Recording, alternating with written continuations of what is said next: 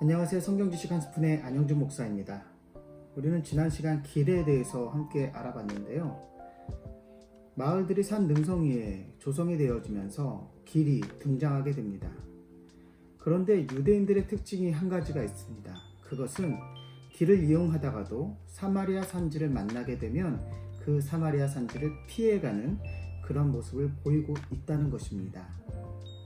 그렇다면 왜 이들은 사마리아 산지를 피해가기 시작했을까요?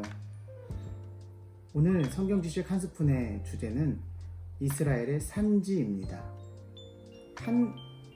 이스라엘은 한 줄기의 산지를 가지고 있는 것이 맞습니다. 그 산지는 브엘세바에서부터 시작되어서 갈멜에 이르기까지 쭉 이어지는 한 줄기의 산지를 말하는데요. 그런데 이 산지가 나중에는 유다 산지와 사마리아 산지로 나누어지게 됩니다. 그 이유에 대해서 우리가 함께 이해하기 위해서는 12지파의 관계를 우리가 이해할 필요가 있습니다. 이스라엘이 땅을 분배받을 때 가장 많은 인구수를 이루었던 지파가 바로 유다 지파입니다. 그 유다 지파는 남쪽의 땅을 분배받게 되는데요. 그들이 머문 곳이 바로 이 유다 산지입니다. 베들레헴, 그리고 헤브론, 드빌과 브엘세바를 아우르는 커다란 지역을 유다 지파가 얻게 됩니다. 왜냐하면 그들의 인구수가 가장 많았기 때문입니다. 그 이후로 나머지 지파들은 요단 동편과 그리고 북쪽을 함께 나누게 되는데요. 이때 유다 지파와 가장 가깝게 붙는 지파가 바로 므낫세와 에브라임 지파입니다. 이 지파의 이 두 지파 간에는 서로 감정이 좋지 않았는데요. 왜냐하면 이 이스라엘을 대표하는 것이 유다가 될 수 없다고 나머지 지파들이 생각하고 있었기 때문입니다. 그럼에도 불구하고 유다 지파는 수적인 우월성을 가지고 자신들이 모든 이스라엘을 대표한다고 생각하고 있었습니다. 이때 이 유다와 에브라임과 므낫세 지파를 사이에 두고 완충 역할을 하는 지파가 있었는데요. 바로 베냐민 지파입니다.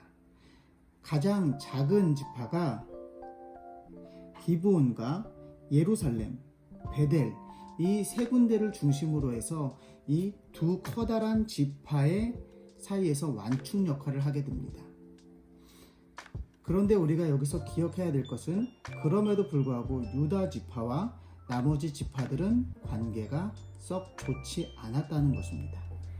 그렇기 때문에 유다 지파와 유다 지파를 제외한 나머지 지파들은 자신들을 구분하기 시작하였는데요. 이것이 결정적으로 일어나는 사건이 주전 941년에 여로보암의 등장으로 이루어지게 됩니다. 솔로몬의 아들이었던 르호보암과 그리고 장군이었던 여로보암이 서로 등을 지면서 나라를 나누게 되는데요. 우리가 기억하는 북이스라엘과 남유다가 이렇게 시작이 되는 것입니다. 남유다는 유다 산지를 중심으로 해서 베냐민 지파를 흡수하여 베델에서부터 시작되어지는 국경을 갖기 시작하였고, 나머지 10지파는 단에서부터 베델에 이르는 북쪽 산지를 차지하고 그곳에 나라를 세우게 됩니다.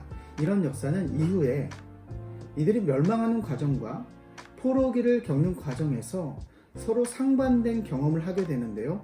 그럼으로써 사마리아라는 이상한 산지가 생성되기 시작했다는 것입니다.